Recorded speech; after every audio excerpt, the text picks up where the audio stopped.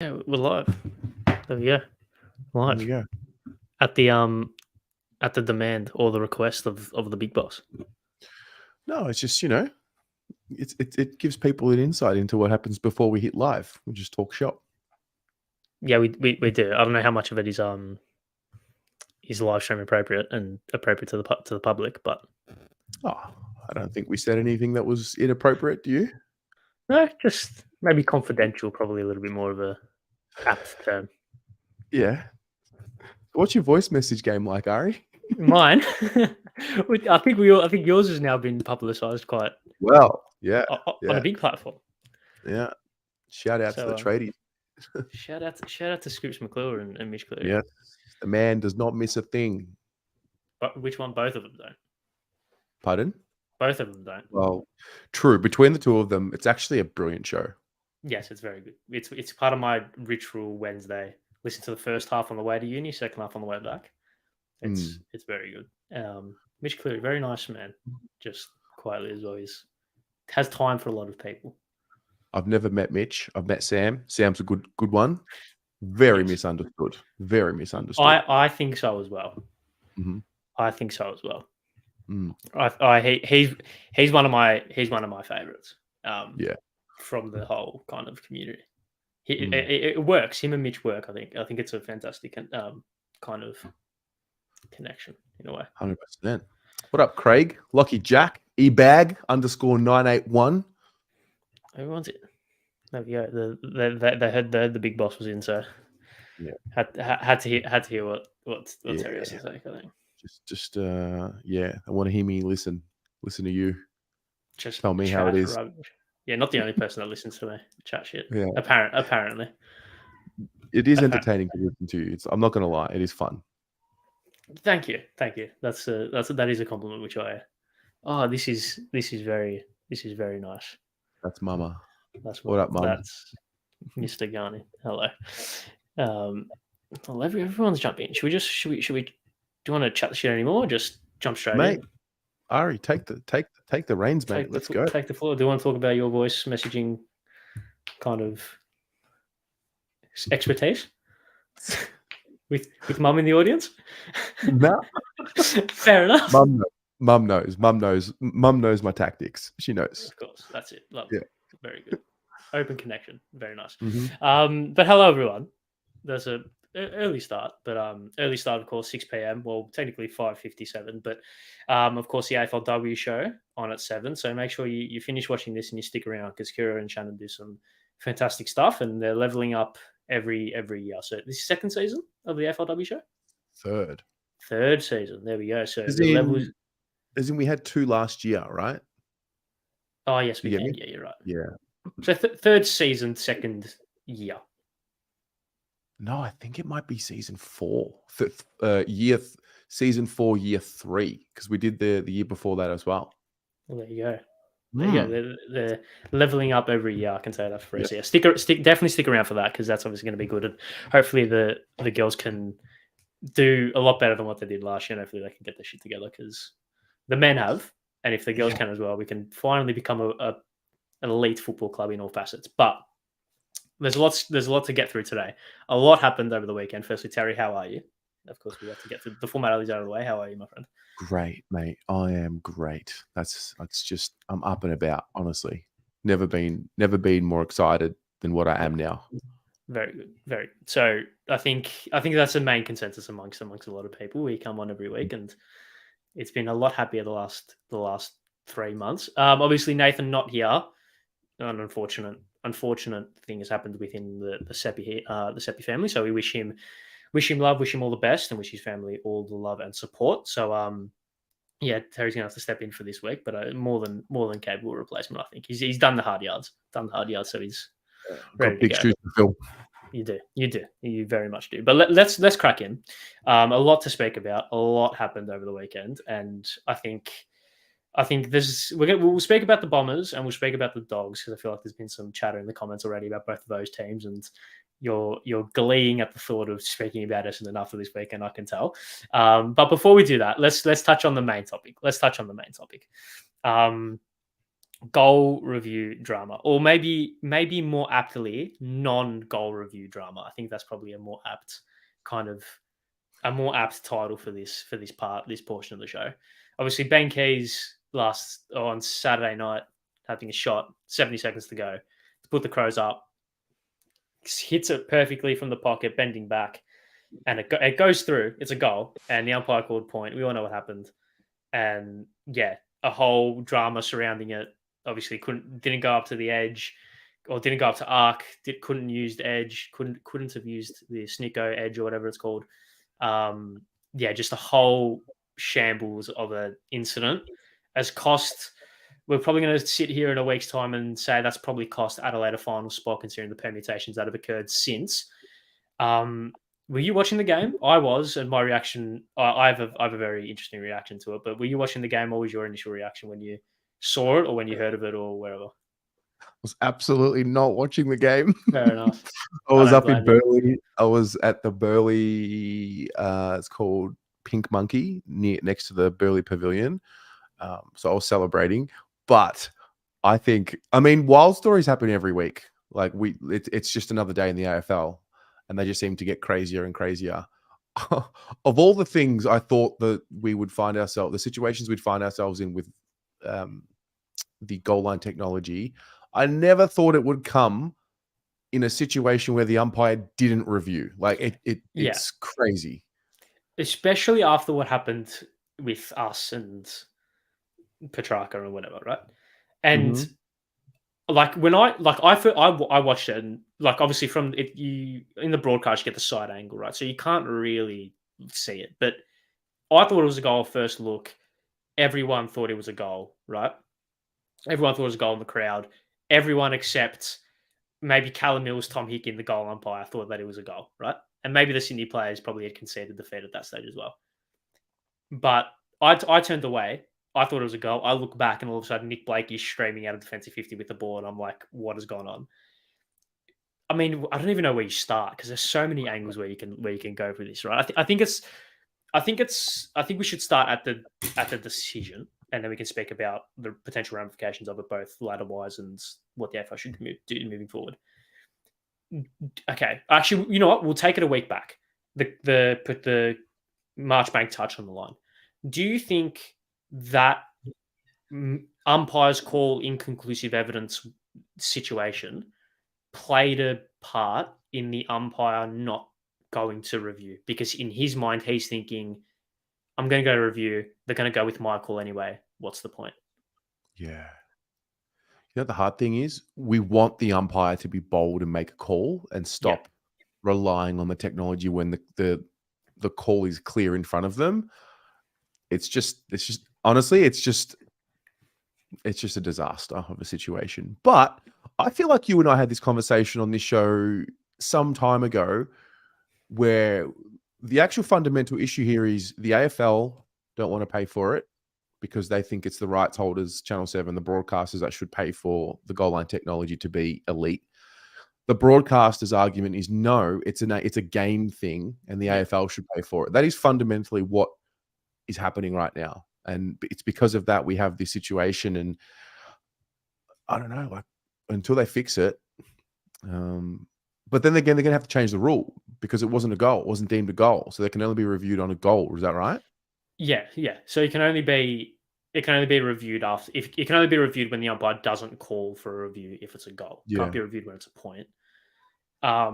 So regardless of whether or not whoever, like Dan Rampy or whatever it was, or Callum Mills, played on quickly, so the umpire couldn't review it. They couldn't review it regardless of if the Sydney player stood in the goal square for 15 seconds. That's you can't review it if it's a behind, right? If it's quarter behind. So yeah, I agree. We do want the umpires to make bold calls, and we don't want, because obviously the technology delays in the same way that we don't really want Premier League refs to use VAR because it delays the game. It creates a bad spectacle, right, for the whole game, right? So we want the umpires to be bold. And if that ball snicks the post, it's the best goal line call, best call by a goal umpire you'll ever see, right? Yes. Because it's bang on correct, no review needed. The game with 70 seconds to go isn't stopped. The momentum's still going.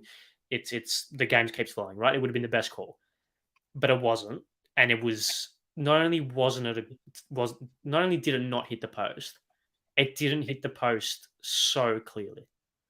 Like the umpire couldn't have been in a better position, and Yeah. I don't know how he came to that conclusion that it hit the post. Yeah. It's so tough when you have conclusive evidence that it wasn't touched, yet you're not able to use it. I don't know. It's just one of those things. Another day in the AFL. There's always something that An seems issue, to be yeah. shocking and dramatic and awful and devastating. Like there's always someone that's devastated, and it's just what it's done. It's ruined. I say the drama of what round 24 could have been. Well, yeah, I think that's a great segue to moving on to the permutations of it, right? Mm, Because at the time of the game, if Adelaide had won, that would have secured St Kilda they would have secured St Kilda a final spot. mm, I believe, yes. They would have secured St Kilda a final spot because Sydney still would have been in that top 8 issue, right? Obviously, Sydney go on and win the game. St Kilda is still, at the time, St Kilda was still battling, right? So that obviously put that permutation into account. But you fast forward, 20 hours later, and I mean, we'll speak about it more in depth a little bit later on, but West Coast do the unthinkable, or more aptly, I should say, the Bulldogs do the unthinkable.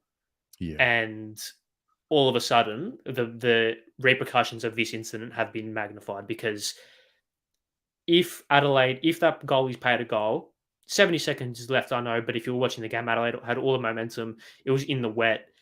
9 times out of 10, Adelaide going to win that game, right? Let's just say, for argument's sake, Adelaide going to win that game.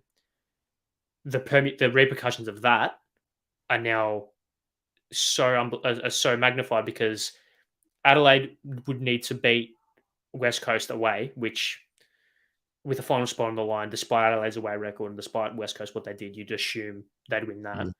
The Yeah. Dogs have to go down to Geelong and beat a fairly depleted Geelong side, but still Geelong in Geelong, and GWS versus Carlton, right? And that's Carlton playing with a home final on the line, I'm pretty sure. So,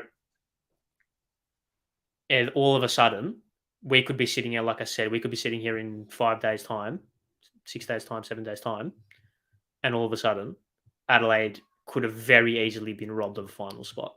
And that's going to create a shitstorm. Life's unfair. It is. I think But- it'll come back. The footy gods and the karma bus, it all has a way of just evening itself out eventually. Adelaide have just got to.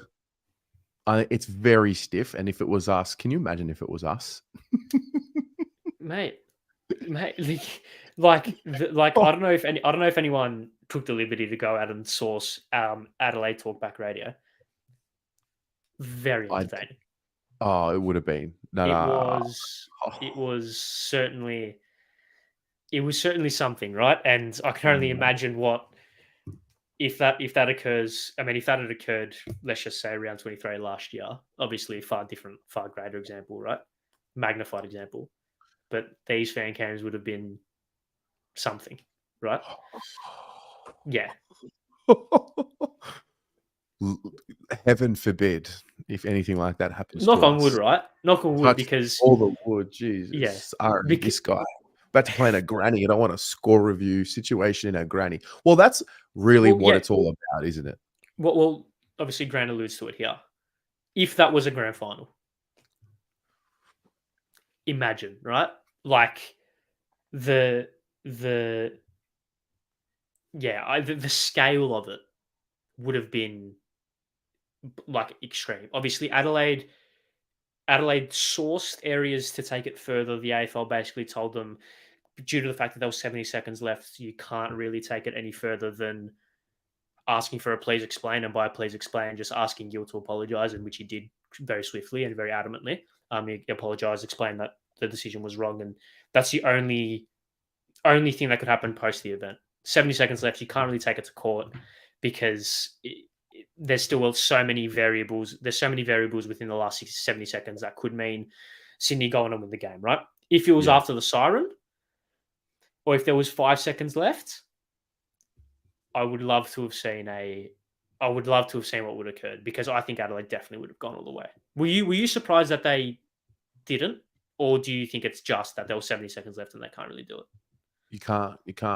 Like, no, it's not that. That's not that whether they wanted to or not. You can't take that any further because of that fact. If it was after the siren, like, different story. Or if there was like 4 seconds left and there's no way you can give up a goal, maybe. But life's unfair. Unlucky for the Crows. They'll bounce back. They'll learn their lesson and sew it all up before round 23 next year. I think they've had a pretty good year. They just got to get their away form sorted. But I think also for the league, it's just I think it's a warning sign. It's happened in round 23. Don't stop pushing against the solution and get the solution locked in before it costs someone a final, and then there's serious drama. Yeah, for sure. I think finishing this up point, we'll touch on this briefly because I feel like there has to be a conclusion. Going forward, right? Briefly, what do we need VAR? Do we need something like this which allows retrospective looks at both goal umpire and field umpire decisions? Is it purely goal umpire decisions? Should we be allowed to review every score? So even if it's a behind, we can review it. And if the ball's gone 50 meters up the ground and there's a stoppage, or the next stoppage, if a behind's a goal, you bring it back and you call it a goal. I think so. Is that the solution? Like score reviewing every score rather than just goals? Oh, yeah. I mean, I think you need to have another set of eyes on what's happening at all times, just in case something gets missed. But first things first, make a solution for the proper technology to bring it to the league, so we're not watching pixelated versions of what's going on. I think that's all borderline and non-negotiable at this stage.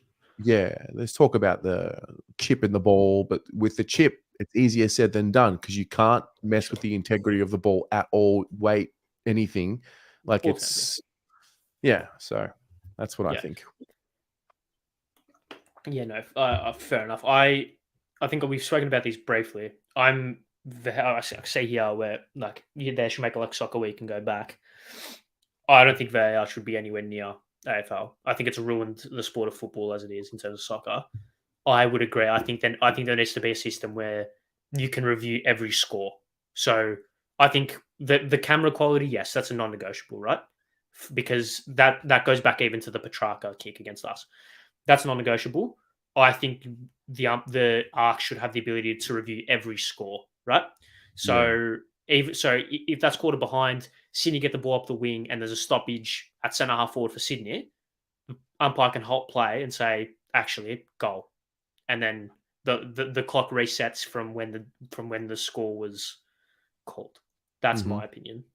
I would hate to see VAR a proper review every umpiring decision. I'd hate to see that. I'd hate to see it. Just quietly. Yeah. No, I'm with you on that. That's a fair point. Yeah. I think that's probably the kind of overall kind of conversation about it is it's happened. Now you need the solution. There's no point dwelling on it in a sense because you can't change it. Now it's okay, fix it so it doesn't happen again. We're lucky this wasn't a final. And it's only going to get progressively worse as well if it doesn't get changed, which is there you go. Yeah, it's one of those things. I think that's enough for that because we could be going around in circles and there's a lot of different avenues in which we can speak about this, but I think that's fair enough. We'll touch on two teams that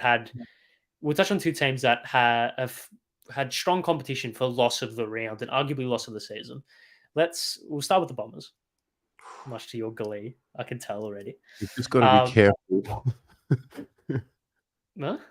You have to be careful. I'm at this point, I'm trying to keep my karma stocks in check. So as much as I'd love to make fun of the Bombers, I don't know, I'm just counting every bit of karma. Well, it's obviously we can relate it back to Carlton as much as possible. Obviously, Essendon was Carlton's final loss in that whole win streak. The loss on the weekend was against the Giants, who Carlton versus this weekend, could versus in the first week of finals, and obviously also the Dogs are another team that Carlton could versus in the first week of finals. So I'm going to be sitting on the fence, naturally, or I'll try to at least. But I'm assuming you would have been on a flight home, wouldn't you, at this? I was. I Oh, no, had you Wi-Fi. were still there. Sorry, you were still I there was still Saturday. there. Yeah. Yeah, and I gotta say, oh yeah, maybe the Bombers might have lost by 6 goals, 5 goals, 6 goals, but like their season was alive, right? Yeah. I mean, technically their season is still alive, but it's not in the Gotcha. same way. Yeah. Yeah, I don't understand. Like, I think they've also had a year where their supporters can probably tick it off in the sense of what they thought might happen at the start of the year, and I don't know, they beat some pretty good teams and had some good wins, and then that one was just out of nowhere. Like, I don't know. Did you see it coming to that effect? The Giants are good, right? And Yeah, I'm not just saying this because we've versed on the weekend. If no, any they like are. those who watch this so regularly know that I've been on the Giants bandwagon almost since almost the same parallel to Yeah, yeah. Carlton's decisions. I think the Giants are very good, right? But when I look at the Bombers, scraped past West Coast, scraped past West Coast, scraped past North Melbourne. And if you're like, with all due respect to North Melbourne are a football club that literally do not know how to win. Like, it staggers me. It genuinely staggers me. When you go back and look at North Melbourne's game against West Coast, how they weren't able to win that game to beyond me. And then when you go look at the game against Essendon, how they weren't able to win that game to beyond me with all the momentum in the last quarter, especially in that final couple of minutes, right? And they still weren't able to win. The warning signs were there. Essendon, like West Coast and North, are so far and away the worst two sides in the comp, and they scraped past both of them on their home deck. Maybe Marvel isn't the MCG, but it's still it's a deck that has suited Essendon well in the past. I remember a lot of Essendon's better performances have come at Marvel, right? Mm-hmm. So I did see a loss coming, and I did see a loss of this magnitude coming, unless, well, if the response wasn't there, and quite clearly the response wasn't there, No, then it you wasn't. can't you give the Giants an inch, I'll take a mile. And I think this is a warning sign for us this week and potentially us the week after. Yeah, you can speak about how bad Essendon were, but I think you also have to give credit to the Giants just about how ruthless they were able to be. But I think the story naturally is the Bombers and finals on the line, because if they won that game, they versus Collingwood at the G. Collingwood obviously not in great form. That's still definitely a winnable game, especially if they had won last week and were able to use that momentum heading into Friday night. Horrendous performance, horrendous. Yeah, I don't know. I think it says a bit more about the Giants and how formidable they are. I think at I the agree. start of the year, I was thinking, young side, but they've got some pretty solid veterans now with them, the Cornelios and Kellys and Whitfields and these guys. And then now it's like, no, these veterans are not old. Like, they're not okay. They're older, but they're not, ready to retire old. And you got to give them a bit more respect. And I think also with the new coach, the new game plan, they've improved from the start of the year. The Giants. Mm-hmm. I would agree. Obviously, they lost to West Coast in round two. Mm-hmm. A lot of people forget that, and then obviously their run has been maybe not overshadowed by us, but Yeah. they've had a run very similar. They've beaten some very good sides. Obviously, they beat Melbourne. They beat Adelaide over there, which is very tough, right? So I do agree. I think the Giants are a far more ruthless side, than what a lot of people thought. I say, yeah, I had Giants winning the wooden spoon. Yeah, I also had the Giants winning the wooden spoon, which, considering what's occurred and considering how much I love them now, is quite surprising. But is this? I mean, taking it back to Essendon, because I feel like they're the main story of it.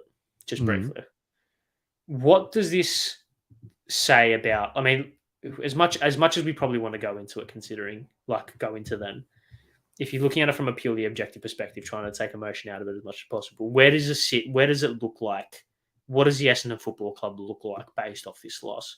Because, like I said, it's not just been this loss; it's been 2 weeks prior of wins that have basically been losses. There's something fractured. There's something that's not connected. I mean, granted, I don't watch them closely enough to really know. But it's just so weird to me that they didn't have Juice at this point in the year.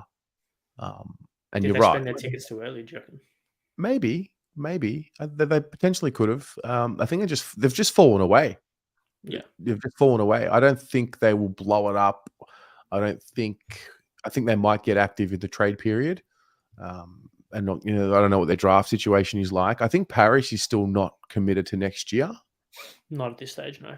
Yeah, so there's a few things to go on there. So there's a potential crossroads here, because if Parrish leaves, you lose a really senior midfielder, unless you think Hobbs is going to be able to become a superstar, which he probably can. Don't know. It's a really interesting time for the Bombers.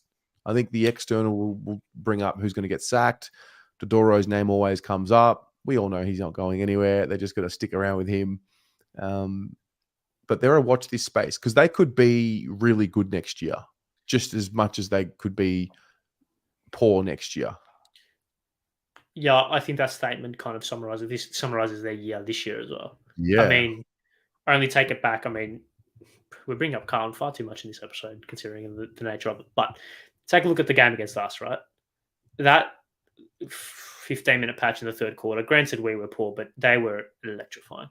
Out of the middle, run and gun, just ball movement, like the precision in the ball movement as well, kind of took me aback and was like, oh, wow, like, forget about us. The Bombers are like legit. And as a Carlton supporter, that hurts. But the fall off has just been like just beyond anything, right? Obviously, at the start of the year, they beat Melbourne in gather round, which was a very good performance, right? Anzac Day, they were in it, and Collingwood do what Collingwood have done countless times so far. So they were in that game for 3 quarters, right? And a lot of other games this season, they've been there, and they've been showing everyone just how good they can be, right? Their midfield is when their midfield's on, it's on. Parrish, when he's on, he's on. When Shields on, he's on. When Stringer's on, he's on. Peter Wright, these players, right? I think it all stems from that run and gun kind of style that they've got. Obviously, Redmond off halfback, Hind, when he's been playing as well, has been very good. If we're taking a snap judgment at 2024 for them, if you had to say that they'd jump or regress, because they're so turbulent, right? They'll be better. Really? Yeah, I think they'll be better. Yeah, I just think some of the young bodies, potentially, I think some of the bodies that they had this year in the team played really well in the first half, and then just aren't quite ready to put a full season in yet. Do you think the game against Giles was like the straw that broke the camel's back in a sense? Probably, yeah, I think so. I think like you said earlier, they borderline. Oh, it's hard to say a team should have lost to another team, but they almost should have lost to West Coast. They should have. No, the way that game was playing out. Yeah. So I actually think they'll be able to hold on for 2 or 3 more rounds next year.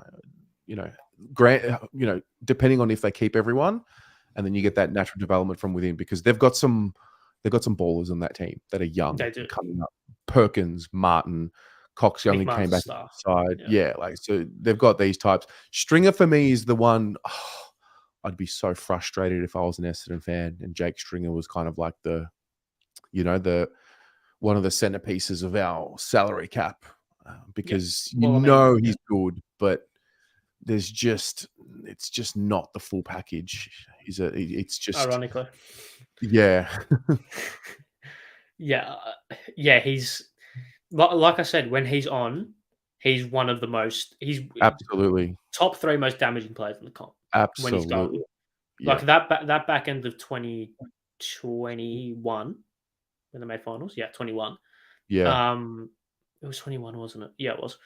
That the back end of that year was like, oh, this is Stringer. Like, this is him, and that's arguably prime Stringer. I know he was very good in his early days at the Dogs in their flag winning year, but that was arguably prime Stringer. Like, he put together 3 months of football that was just, every time he touched the ball was electrifying, right? Yeah. And I mean, Peter V kind of alludes to it a little bit here in terms of saying there's a one-trick pony. He's very much I wouldn't say downhill skier, but when it's on, it's on, and when it's off, it's off. Yeah. But do you also think that Like teams like can't have that with a lot of players. Teams have that. They have that X factor player that you compensate around with.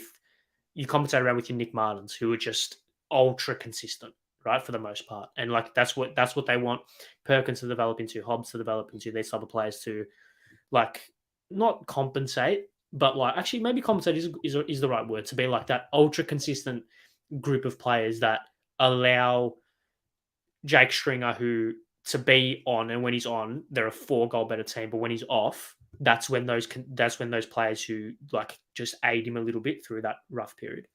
Yeah. Well, I think when you get to a situation where Parrish, Merritt, these types are like your 28, 29, 30-year-olds, and then your Hobbs, Perkins, Martins are like, if I've got the math right, they'll be 24 at that time or 23 at that time.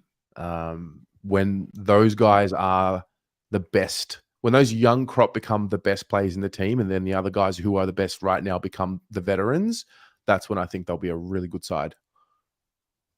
Yeah, I would agree. Yeah, because I think we've seen that we've seen a couple of times this year finishing up, but we've seen a couple of times this year that Merritt has been.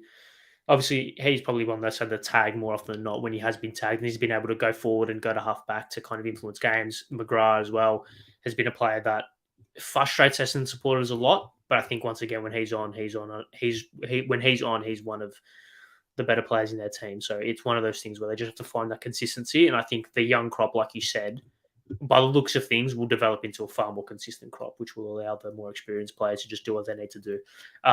So you think finals for the next year, if we're making a very extremely early prediction?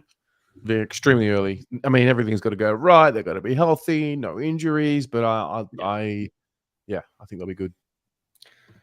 Unfortunately, I would agree because I just think their list is too good, and Brad Scott's a great coach.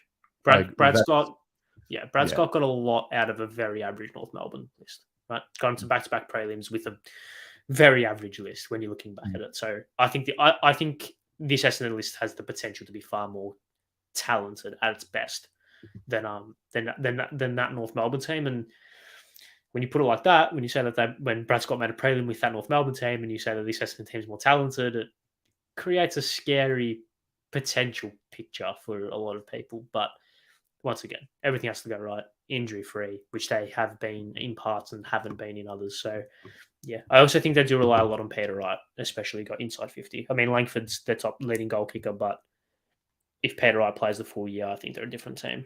And they were after Harry Mackay for a reason, right?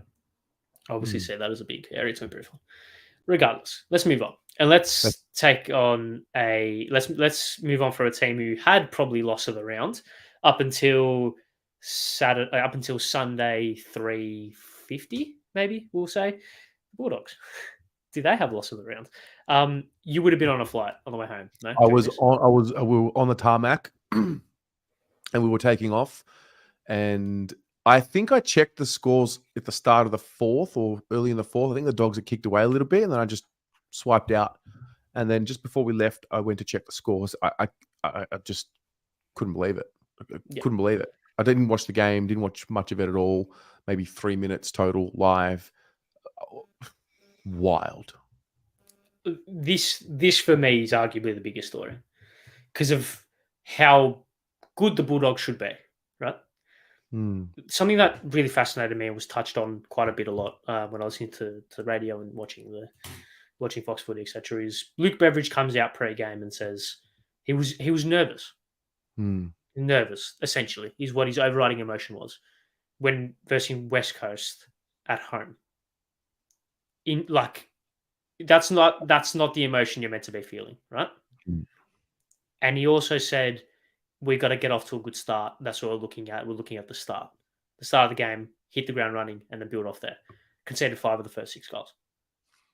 He knew. He was honest. He knew. Easy, like that's fascinated me. How the discourse from the coach be so heavily focused on one area, being the start of the game, and then for their players to just capitulate in that one area. Like, it was the juxtaposition of that is drastic. Wow. Yeah. There's something deeper there, right? Yeah, With the of course. Dogs. Yeah, There's yeah, some above. Let's just remove the playing group for a moment in game day. Like, there's something that's not in alignment for that result to happen. yeah, And then yeah. especially when the coach almost puts it on the table. You can see it like it's like one of those things where he almost foreshadowed it, which is Yeah. we're looking back at it. It looks like you're looking back at the first scene of a movie when you finish watching the whole thing and you will go and watch it back. It's this incredible foreshadowing that's almost like uncanny. Like, Mm. considering the opponent, considering the time in the season where the Bulldogs win, they probably don't secure a final spot, but they put themselves in a damn good position to finish in the 8. And it's just like, what the hell? Like, yeah, 5 of the first 6, West Coast were able to hold them. The Dogs hit the front, I think, very early in the 4th. And then West Coast, I think West Coast kicked 6 goals or 5 goals to 2 in the last quarter. I want to say, yeah, 5 goals to 2 in the last quarter. Now the Dogs are going to be cheering for Carlton to win in the last game of the season. Isn't that going to How, be a nice little bit of karma? See, how, Ari, how karma. It's real. ironic. How It's real. ironic. How Speaking of ironic. karma, I should have played this when we were talking about Essendon, but I don't start things, I end them. Okay? So have a look.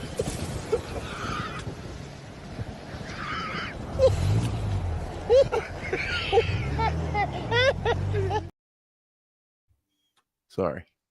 Had to get that one out. Apt. Fair enough. Yeah, so like with Essendon, there are Yes. countless avenues to go with, but I want to touch on something that is pretty poignant, and it actually comes from, funnily enough, your good friend's podcast, the Tradies podcast. Sam McClure made a great point on it, like he normally does when they spoke about the Dogs quite in depth on the episode today. They have he listed them. They have 14 stars in that group, right? I think it was like McRae, Bont, Libba, English, Norden, Jamara, Darcy, Caleb Daniel, Bailey Dale, um, Jason Johannesson, he listed as a star, Norm Smith medalist off halfback, and they've moved him forward. They're 10 that I've listed. I'm missing 4. I think if I didn't say Lob, you mentioned Roy Lob. But essentially, the crux of it saying they had 14 players who you can either say that they are currently stars, have been stars, or will be stars. Pretty unfair to call Sam Darcy a star, considering how many games of football he's played. But regardless, he basically roughly said 14 stars. How does a team with that crop of players, losing Dunkley and Hunter as well, bearing in mind, not make top 4 at all throughout their tenure? Well, look at. And they won't I make top mean, 4 this year, and I very highly doubt they make it next year as well. yeah, they're not connected. They are not a whole club. They're not on the same page. I think also Libba's a very important figure spiritually for them. Yeah. I feel I like agree. he is the Western Bulldogs. I mean, I Bont agree. is obviously Bont. We love Bont. But I think Libba hurt them a lot because he allows them to win the footy at the source most of the time. And I just don't think they're all on the same page. I think you've got different personality types. You got a different coach. You got, yeah. I mean, from our lens, we've also got a very talented list. You know, number 1 draft picks, first round picks, and that's been the conversation with us as well. It's like, how do we have all this talent on paper and we can't figure it out? You know, it's not dissimilar. I think the difference, and I bring up this comment because 2 players I forgot to mention, Treloar and Waitman as well, 2 players that Yeah, Sam McClure mentioned, who are Treloar probably towards the latter end of his stardom. I think Cody Waitman's just coming into it. I think he's a jet. I think he's one of the best small forwards in the game right now. yeah, he is. He's a pest, but good. A pest in the best possible way. But I think what the difference between us and them is ours are more potential stars. So Paddy Dow, first round pick, potential star. Lockie O'Brien, first round pick, potential star, right? Zach Fisher, potential star. Like these players who have slowly coming into their own, but are more based on their potential.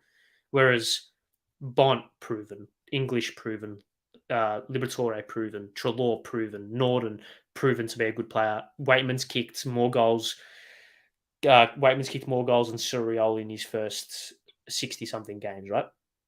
Like these players, Dale, proven star. Daniel, proven star. Rory Lobb's a leading goal kicker in another club. He's a proven star. Jason Johannessen's won a Norm-Smith medalist, or Norm-Smith medal, right? They're proven. Their players on paper individually are proven guns, and there is just this thing lacking. Do you think it's in the coach's box? Do you think Luke Beveridge is not getting the best out of this list, despite making 2 grand finals and despite winning one? Despite that winning grand final being 6 years ago. And granted, they were also 5 goals up after the third quarter in 21, and arguably probably should have won that game. If you pause time and play that game out again, they probably win that. Yeah, no, I think if I've learned anything, it's the club. It's the Western Bulldogs as an entire club that hasn't been able to get the best out of the Western Bulldogs. Like, we watch the players on game day and we watch the coach in the press conferences, and we'll obviously look at that. But there's a lot more happening that affects a club, and I think it just reeks of a club that's not fully aligned just yet. And they're I don't know, I don't know if they're going to stick with Bevo or whatever. Like, the footy coach machine is brutal and spares nobody. I don't think they'll rid themselves of Bevo. I don't think, but I don't know. Do you feel they'll go the other way? I think they should. You think they should? You think he's run his race with them, and it's time for some fresh ideas?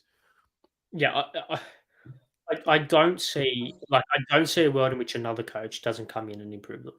The list is there. The talent's there. Yeah, but I don't know if the relationships with each other are. So you could be right. They could bring a fresh coach, and you got to get fresh energy in there, fresh ideas. You get that little bump up, and then they're going to have to go through that hardship again. And until they're all on the same page and they give up themselves and their egos and their individual, highlights, because they could win a flag with the talent that they've got. They could finish 8th and win the flag this year. That's how talented they are. How talented they are. I agree. So that's why I look to, okay, what's the relationships like with everyone? Yeah, well, sometimes it takes a humbling to realize what you don't know what you had until it's lost. 100%. If those players, if one of the reasons why they might not sack Luke Beveridge is because the players love him, sacking Luke Beveridge will make the players turn to each other and be like, "Oh shit, we love this coach who hasn't done enough for us. We have to shape up ourselves. The problem is us." And then all of a sudden, that's the fire starter. And if they don't connect from there, and if they aren't able to gel from there, then there's a different problem, which is far deeper than any of us could potentially discuss. Yeah. Well, Bevo's going to need to evolve. That playing list is going to need to evolve and get together. They've just had their rock bottom moment. You know it's rock bottom when you're going down the race and your fans are screaming at you. That's rock bottom in football. Yeah. So the hard thing for them is they've got one more game after that incident and then a full preseason to just sit with it. So unless they make finals and the Giants beat the Blues and the Dogs get in. So we'll see. Yeah. I mean, rolling it back to Carlton again, the players, for all we knew, loved Teague, loved that whole regime. He gets sacked, and all of a sudden we set a far more connected group, right? Maybe not for the start of this year, but over the course of the 2 years.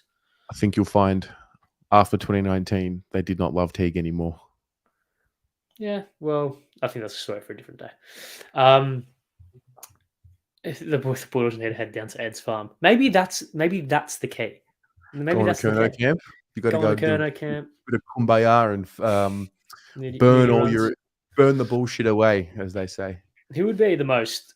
Who would have the farm in the Dogs team? Libba. Yeah, of course, obviously.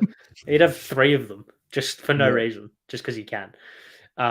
There's a lot wrong with what's going on over there. I'm sure we'll get into it in our preview, which will decipher whether or not they make finals. And I think I won't ask you the question whether or not they make finals. I'm sure that question will be answered when we go through our preview because it's one of 2 results. Actually, that shouldn't be here. Let's speak on. I don't actually have the super for this, but let's quickly speak on Dev Robin, shall we? Let's talk about Dev. Let's break about Dev. FAV. Let's talk about you and me. Yeah. There you go. Is that not like, I don't know, like it's just it's we had to wait for a moment like this to happen in the season, isn't it? It's just a wonderful world we live in. So good. Like his So shirt gets ripped off. He gets 30,000 followers on Instagram. It's a story now. imagine the ads that the sponsored post he's gonna have to put up now. Yeah, The tax man's laughing. It's crazy. It's actually crazy. But fair play to him. I actually think this is the type of attention. I think he's a really good player. And I Yeah, feel like this will be the 49th time I've said this, but I just wanted us to draft him instead of Sam Philp at the time. I don't know why we drafted Philpy, but now I'm on board with Philpy and wish him all the best. But I mean, Robertson was there as a captain of the WA side. Anyway, I got to stop because it's not good energy. No. We love Philby. We love Philby. Yeah, no, we love Philby. We love Philby. we do. He'll be good. We do. He'll be good. We love Philby. Yeah, I was gonna say, I was like, he knew as well. He knew when he because his shirt got like half ripped off. He got a goal assist with like a half ripped off shirt, and just he knew exactly what he was doing when he piffed that top away for no reason, because he didn't have to. He could have just worn it, but he knew exactly what he was doing. Yeah, the man knows. Game knows game. He's got the rig for it as well. Fair enough. Yeah. Yeah, yeah. Well, we spoke about this pressure. It's actually in the run sheet. Terry, I feel like this is something you would do if you played. If I played, no. We said this before the show. I didn't quite have the rig to do such a thing. I was a battler as a foot player. No, I didn't. I love my food too much. Sorry? You do now? Question mark. I do now. What? Do you have the rig now to do it? No. No. Okay. No. I love my food too much. No. I was rough and rugged as a footy player because I played basketball, so I was like trying to catch up to everyone else. Yeah, fair. Just you're ruckman, weren't you? Yeah, premiership ruckman for the twos. No, premiership player. Premiership player. First year of footy. Well, there you go. We can be we're premiership players together. Year 8. What position? Year 8, 9. Year 8, 9 premiership for school. What position did I play, Gas? Small forward. Yes. Or on the wing. Small forward, absolutely. Oh, you would have kicked like. I feel like you've got a game in you where you kick like 6. No. Well, if I can indulge briefly, so year 8, 9 school footy, I hurt my knee halfway, like towards the start of the year. Kept playing on whatever, played a couple of games, and I was training for soccer one day, and I looked down and my knee had exploded, basically. So anyway, when I got scans, MCL and meniscus strains, whatever, right? Anyway, didn't play soccer or footy for like the majority of the year. Grand final rolls around. I'm like, you know what? I can play. Yeah, I play the grand final. Don't get near it for 3 quarters, right? Last quarter, kick 2 goals in the last quarter and win by 8 points. I have a very similar story, but it was a prelim. So I did nothing for 3 quarters. I got dragged for quarters 2 and all of 3 except the last 5 minutes. They played me at full forward, and then I came on with a minute to go in the third in the prelim, took a mark in the goal square, kicked a goal, and then kicked 2 in the last 2 goals of the game in the fourth, and we went through to the granny by a kick. Very similar story. Is that the granny you won? Yeah. Well, there you go. You're a premiership hero. I'm a prelim hero. Love a prelim. Shout out to the Thomastown Football Club. That was a really good time. Wow, our 10-year reunion is coming up next year. That's crazy. Featured on the footy show, if I'm not mistaken. Yes. We won $20,000. That was a fun night. There you go. Well, that's a niche memory. Are you, just quickly, are you over 200 centimeters? You're not, are you? You're just under. No, I'm nowhere near it. Okay. No, because there's a very good podcast, 200 Plus podcast with Nick Butler, Dan Gorringe, and Sam Draper. Yep. Top tier podcast. So I implore everyone to go and listen to it. So that just reminded me of that. Were you a shin pad in the ruck, top operator? Or did you roll? I wasn't at the start. And then I got hit and it hurt so much. And then I had one on the left shin for the rest. Left or right? Hang on. Right shin. I think that's the way it was. Right, fair enough. Yeah, so you jumped off your left. Jumped off my left. I'm a right footer. Yeah. Really? Is that right? Okay. I Is don't that know. right? Anyway. I didn't do much jumping, as you could probably assume. Yeah. But there you go. Yeah, no, that's just a brief tangent, which we go on go on sometimes in this show. We do. Yes, okay. Let's finish things up. We spoke about Dev Robert enough. Good on him.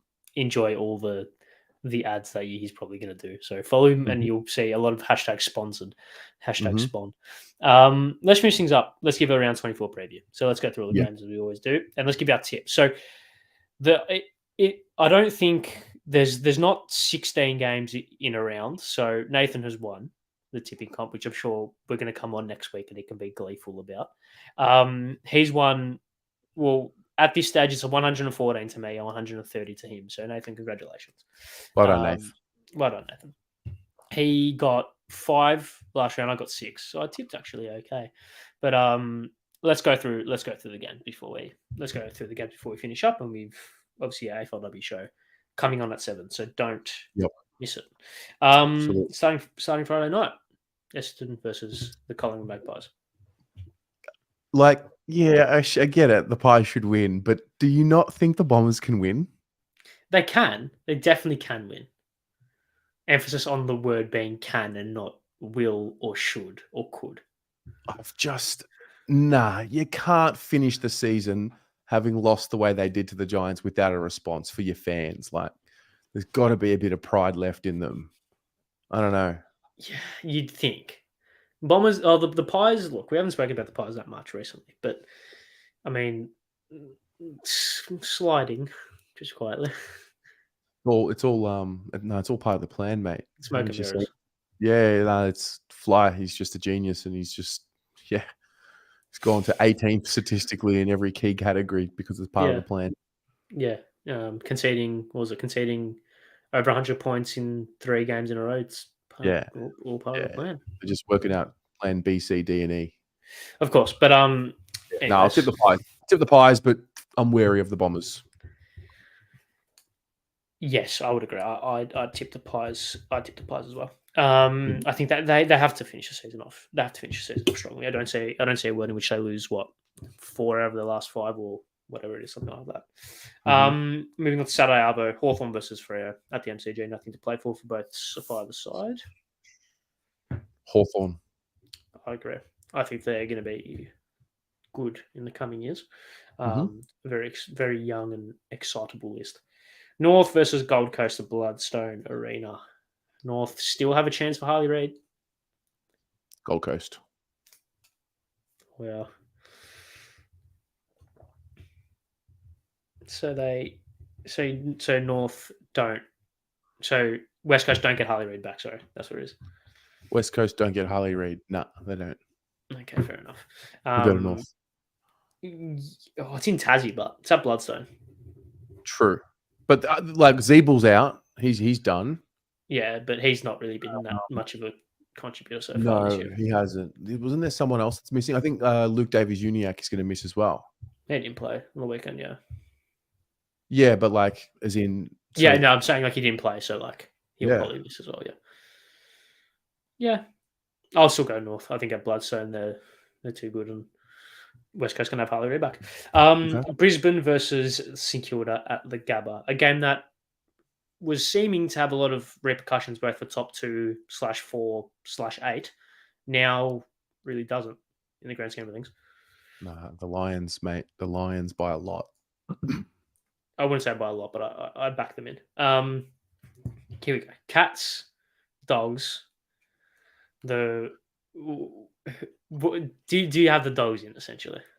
Dogs are, I think they're a certainty this week. Really? I would be shocked if Geelong won this week. A lot of outs for Geelong. Yeah. No, they're queuing the rack, mate. Yeah. Really? They're what? Isaac Smith and Zach Tui's last games at home. Saturday night, big crowd. Yeah. No, the Dogs. Fair enough. I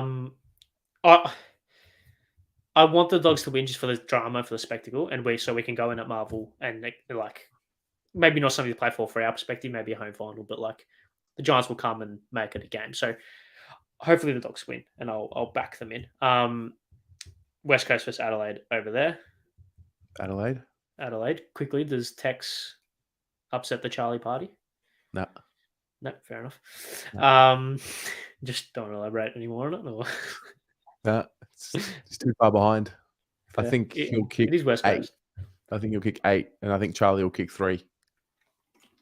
There you go. I wouldn't put it out of the question. That's not unreasonable. Port versus Richmond at Adelaide Oval. Port. Shock horror. Have you never not tipped Port? I don't remember too many times where I've not tipped Port. Yeah, God, you really live up. How can you not love Port Adelaide? There's a lot of reasons why you can't. There are. There are a lot of reasons why you can't. Shout out to Tom Jonas, who plays his, or is he Last. playing his last game, or is he not getting a farewell game? Is he in the team during finals? That's what I don't think he is. That's why I'm thinking, does he get a farewell game? Is Mackenzie back? I don't know. I don't know. You're the Port guy. Well, I'm not. You're the Port guy. Yeah, notoriously. Between the two of us, of course. I don't think... I think he might be back late on. I don't know. I can't remember what the injury was. But regardless, he's had a great career and obviously captain and etc. So good career and good luck to him in whatever he goes on forward. You're going Port. Surprise. I will follow you and go Port. Sydney versus Melbourne at the SCG. Big game. This will be game of the round by a long way, I think. Yeah. I'm with you on that. This will be a ripper. At the SCG, yeah? Yep. Is Fritsch back? Oh, good question. I stall while I check. I think if Fritsch is back, I'm going to tip Sydney. I'm going to tip them. I think it'll be a very close game. But see, I also think Melbourne are going to make the grand final. So there's that. So I think the cream rises to the top. Well, they'll at least make the prelim. But Sydney, they're doing the farewell thing for Buddy. I don't know. Bailey Fritsch will look to be available for selection. Okay. The draw. Fair enough. Yes, of course. What does that mean for the ladder? No, doesn't mean anything for us. And Sunday 6:10, we've spoiled the AFL's parade, haven't we? Yeah, and we're going to do it again. We're going to do it by 22 points. The Blues. Good. I'll tip the Giants because it's worked, and I'm not stopping. True. True. We said this last time you're on. I'm playing a role. I'm taking one for the team. All right, I accept that. I do. I'm the high half forward, 12 touches, 7 tackles, no goals. That's my role. Love it. Just doing the stuff that doesn't get noticed. But so I've got Port, Hawks, North, Brisbane, Dogs, Adelaide. No, Pies, Hawks, North, Brisbane, Dogs, Adelaide, Port, Sydney, the Giants. If you can remember yours and roll them off, if you can. I don't remember mine. Okay, fair enough. Probably should have written them down. But Nathan, just for completion's sake, Nathan sent me his tips. He's gone with the Pies, the Hawks, the the Suns, Brisbane, Dogs, Crows, Port, Sydney, Carlton. So, a fair few differences. No, only one difference. North on the Gold Coast game. So there you go. So that's Nathan's tips, which we'll touch on next week. Yes. Welcome to membership, Wayne. Good stuff. Thank you very much, Wayne. Lovely stuff. But that was fun. It was good. That was all. Lovely. Anything else? Well done, everyone. See you all in 5 minutes. AFLW show. We're starting again. I know probably Ari. How many AFLW players do you think you know from Carlton? Oh, not a stitch up, genuine question. Well, not many, but I can't wait to get to know them all. I genuinely, after having gone to see them train, I think I know 7. I think I can give you 7 names. I think that's 6 more than me. Yep. So actually, no. Wait. Mimi Hill's still on the list, isn't she? Mimi Hill's still on the list. Yes. Okay, I know too. So yes, in a couple of minutes we're going to be back. AFLW show. I got to go because I got to go. I'm on with them. And we'll go from there. Thanks, Ari. Oh, thank you for stepping in person, Nathan will be back next week. Yeah, make sure you subscribe, like, do all the good stuff. Watch the AFLW show. See you soon next week. Peace. Arrivederci.